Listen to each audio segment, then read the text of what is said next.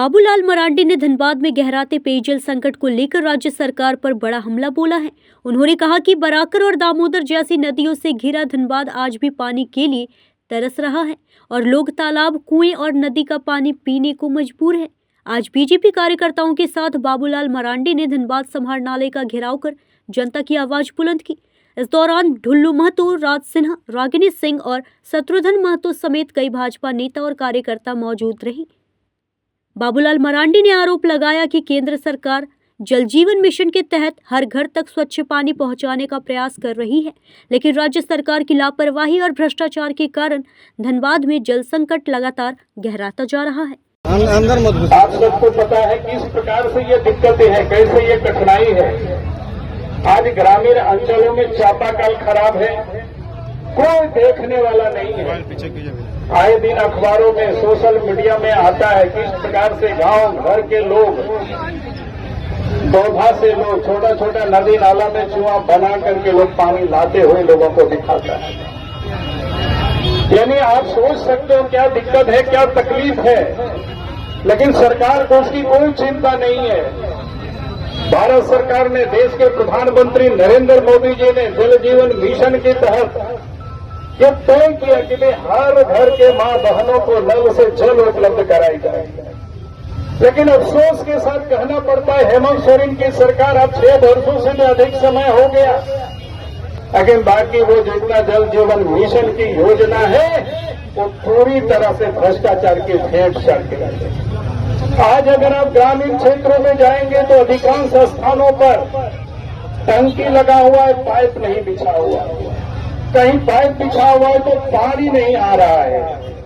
यानी कुल मिलाकर के जो घर से जल जीवन मिशन के तहत जो जल लोगों को उपलब्ध कराना था, सरकार को उस पर कोई चिंता नहीं है। सरकार उस दिशा में कोई सोच ही नहीं रही, काम ही नहीं कर रही है।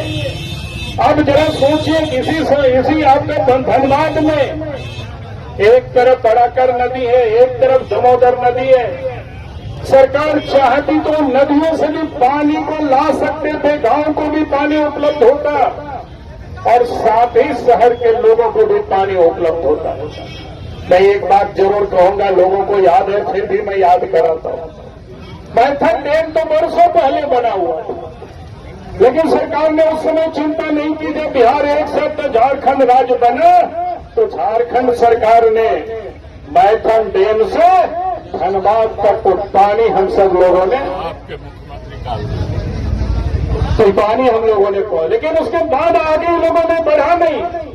और इसीलिए मैं कह रहा हूं कि आज सरकार को कुंभकर्णी नींद में ये नहीं सोना चाहिए, क्योंकि लोगों की मौलिक चीजें हैं कि जल ही नहीं होगी तो जीवन कैसे सुरक्षित हो सकता है। लोगों को शुद्ध पानी नहीं मिलेगा तो लोगों के स्वास्थ्य कैसे ठीक हो सकता है। और इसलिए मैं राज्य सरकार को और यहाँ के पदाधिकारियों से भी कहूंगा, जब एक एक गांव में अपने कर्मचारियों को भेज करके और वहां आप देखवाइए जल की क्या स्रोत है, और जहां जल नहीं है तो अविलंब वहां जल की आप व्यवस्था करिए।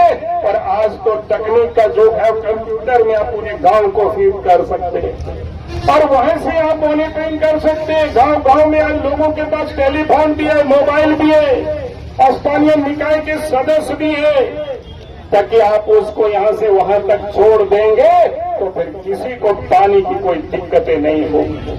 और इस काम को आपको करना पड़ेगा, नहीं करेंगे तो फिर आपको गद्दी छोड़ना होगा। यही कहने के लिए, यह निवेदन करने के लिए। न्यूज़ इंडिया 24 से काजल सिंह, ब्यूरो रिपोर्ट।